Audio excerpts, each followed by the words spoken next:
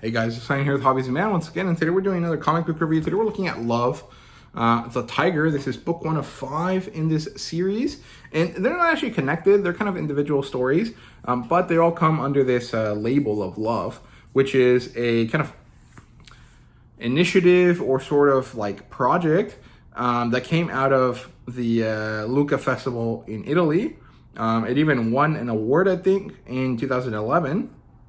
And this is the first in a series of books, each focusing on a different day in the life of a different wild animal across different natural habitats. So the Love name is actually about loving nature and loving animals, not necessarily about emotions, right? Not necessarily about love between animals or between humans, right? Which is, maybe not the best. It should have been called something else, because I read this because it was called Love in February. But, if I had known what it was really about, I would have not probably read it at this point, right? So it's written by Frederic Bremod, with art by Federico Bertolucci.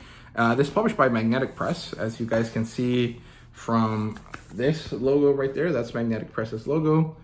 You guys can see that on the slide here, like that. And back here as well. That's Entincell, I think, is the name of the company that this is published by in its original language. Magnetic Press brings it to America in these really interesting hardcover albums. They're pretty large. They're hardcover. They have rounded edges, and these are very thick. I don't know if you guys can tell there. That's a very thick cover. And this is an all ages type story. The genres here are nature and almost kind of a documentary type style. Like, I could see this being animated and then having David Attenborough talk over it, kind of explain some of the stuff. It does not have an adaptation, although, like I just said, it would really work that way. And for rating, I don't know what to call this, because, if we're looking purely as like an artistic endeavor, this is like a 5 out of 5, right? But if we're looking at this as a product of entertainment, this is probably not that entertaining. At least to me, it's like a 3 or maybe a 2 out of 5. And so that's kind of like what my concern is here, that you're not really buying something entertaining. You're buying something pretty or beautiful, and something that kind of flip through every once in a while. This is more like a coffee table book than it is a comic book to me. So it's kind of hard to really decide what to call this or how to rate this.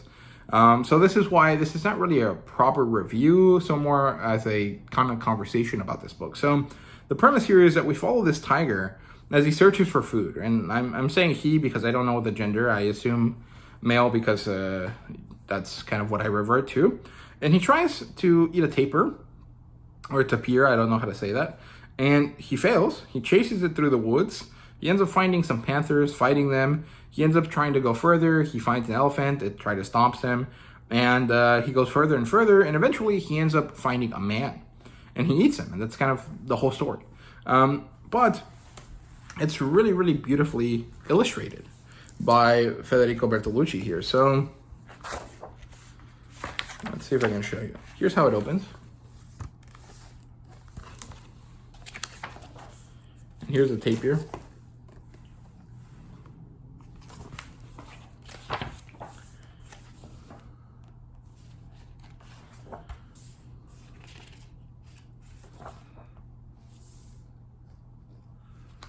And here's where it kind of fails.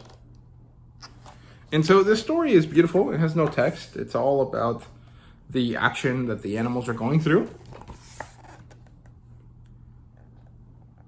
And it's beautiful. It looks great.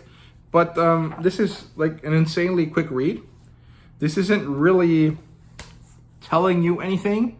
It's not really trying to entertain you all that much either. It's really more just about an artistic endeavor that these creators went through, that they decided to try to make some money off of, at least from my perspective, right?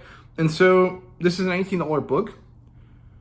It's a really beautiful piece. I got this for about $8, and after reading this, maybe that's a bit too much to have paid for this. You should get this as as highly discounted as you can, because it just doesn't have enough it does have a lot of artistic value. It does not have enough entertainment value. That's kind of like a thing that where it's like the European versus the American perspective in this case. When I look at a comic book, I understand that it's art, right? That there is artistic value to it, that is supposed to make us feel something in some way, right? But it is ultimately also a product. And when I purchase a comic book, I'm mostly thinking of it as a product. I want to be entertained. I want something to come out of it that is economically valuable to me in some way, right? That's why I collect physical books, because I want to own them. I want to have them for myself. I want to be able to say, this is mine, right? And I also want the opportunity to resell them later if they become popular or expensive or something like that. I'm not really a speculator or a flipper or anything like that, but there is value in that, right? There is value in owning physical things, and there is value in entertainment. And ultimately, that ends up being more valuable to me as an individual than the efforts that the creators took to make, right? In some sense. And so when I look at things like this is like a very European type thing where they're trying to really push the fact that comic books are like the ninth art form or something like that. And it's true. There is a lot of artistic value here, but it is not necessarily worth $18 for me, who's looking mostly as like a disposable entertainment product, right? And so that's kind of where the disconnect comes from here. There are 5 books in the series. I would like to own all of them. There's the tiger, the mastiff, the lion, the fox, and the T-Rex, which is probably the one that I want most. And I would like to own them all, right? I would like to have the whole thing. I would like to be able to showcase this to other people and have them enjoy this art, or like this artistry that is presented here. But the economic value of it is too high for me to really feel comfortable spending on it, right? And so I'm kind of lost in this kind of odd sense where I don't really know how to feel about it. I don't really know what to say about it or think about it, because it's kind of unclear what I feel, right? Like, I enjoyed myself reading this, but it took very little time to read through it. And that combination is not worth the money that I paid for it, if that makes sense.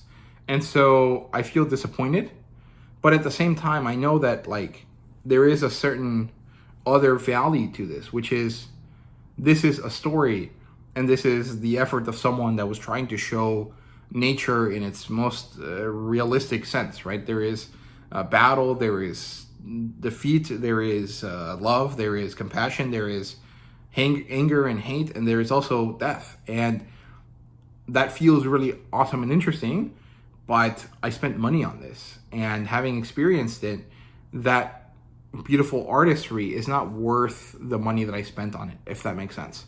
At least for me, in this case, in this time period, as like a 25-year-old in the modern world in 2025, right? So I feel kind of conflicted about it. And maybe I extended this much longer than it needed to be, but it's an interesting concept and an interesting question to deal with that I think we mostly don't think about when it comes to comic books, right? So that's kind of what I'll leave it here for, or that's where I'll leave it at, if that makes more sense. Let me know what you guys think. Have you read something like this? Have you read a story like this where you realize that, you know, there is no text? It is something that you're going to read through very quickly. And do you still think it's valuable to you, even though it might have cost more than you would have wanted to after you read it, right? So yeah, let me know down below. Thank you guys very much for watching. I hope you guys enjoyed. And those were my thoughts on I Love the Tiger. Thank you guys very much for watching once again, and see you guys later.